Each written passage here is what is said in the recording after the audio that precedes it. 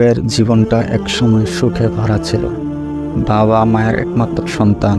ছোটবেলা থেকেই ইসলাম ধর্মের প্রতি গভীর আস্থা ছিল তার। নামাজ, রোজা, কোরআন তেলাওয়াত সব কিছুতেই সে খুব মনোযোগ ছিল। আল্লাহর পথে চলার চেষ্টা করত সবসময়। নূরের বয়স যখন 25 বছর, তখন হঠাৎ করে তার বাবার মৃত্যু হয়। বাবা ছিল পরিবারের একমাত্র উপার্জনের ব্যক্তি। বাবার মৃত্যুর পর সংসারের দায়িত্বে নূরের উপর এসে পড়ে। পরিবারের জন্য রুজির ব্যবস্থা করতে নূরকে কাজের সন্ধানে বের হতে হয়। দীর্ঘদিন ধরে চাকরি খুঁজেও কোনো কাজ জোটাতে না পেরে নূর হতাশ হয়ে পড়েন। দিন দিন পরিবারের অবস্থাও খারাপ হতে থাকে। এই দুঃসময়ে নূরের মন ভেঙে পড়লেও সে আল্লাহর প্রতি বিশ্বাস হারায়নি। প্রতিদিন সে নামাজ বসে আল্লাহর কাছে সাহায্যের জন্য দোয়া করত। একদিন নূর এক সময় এক বন্ধুর সাথে দেখা করতে যায়। সে বন্ধু নূরকে জানায় যে তার কোম্পানিতে একটি চাকরির সুযোগ আছে। এই কথা শুনে নূর কিছুটা আশার আলো দেখতে পায়। বন্ধু তাকে চাকরির বিষয়ে ম্যানেজারের সাথে কথা বলার পরামর্শ দেয়। নূর পরের দিন সেই কোম্পানিতে যায় এবং ম্যানেজারের সাথে দেখা করে। কিন্তু ম্যানেজার তাকে জানায় যে চাকরিটি পেতে হলে তাকে কিছু ঘুষ দিতে হবে।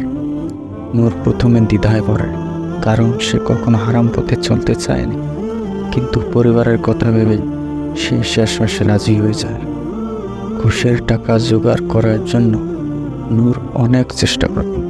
নিজের সমস্ত সঞ্চয়, মায়ের গহনা বিক্রি করে শেষে বন্ধুদের কাছ থেকে ঋণ নিয়ে সেই টাকা সংগ্রহ করে ম্যানেজারের হাতে তুলে দেয়। চাকরি পেয়ে নূর মনে কিছুটা স্বস্তি পায়, কিন্তু তার আত্মা গভীরভাবে কষ্ট হয়। কয়েক মাস পর নূর যখন চাকরির কাজে ভালো করে মনোনিবেশ করতে শুরু করে, তখন একদিন কোম্পানিতে দুর্নীতির অভিযোগ হয়। তদন্তের সময় নূরের দেওয়া ঘুষের ঘটনাও সামনে আসে। কোম্পানি কর্তৃপক্ষ তাকে চাকরি থেকে বরখাস্ত করে। এই খবর নূরের পৃথিবী যেন অন্ধকার হয়ে।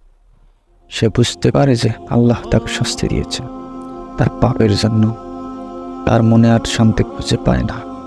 পরিবারের অভাব অনটন আবার ফিরে আসে। নূর নিজের কর্মের জন্য গভীরভাবে অনুতপ্ত হয়।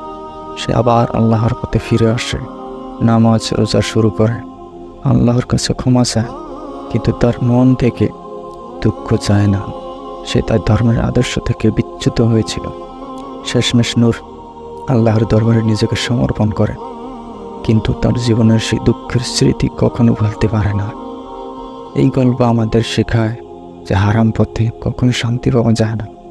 জীবনের যে কোনো দুঃসময় আল্লাহর উপরে আস্থা রাখতে হবে এবং সবসময় সঠিক পথে চলতে হবে।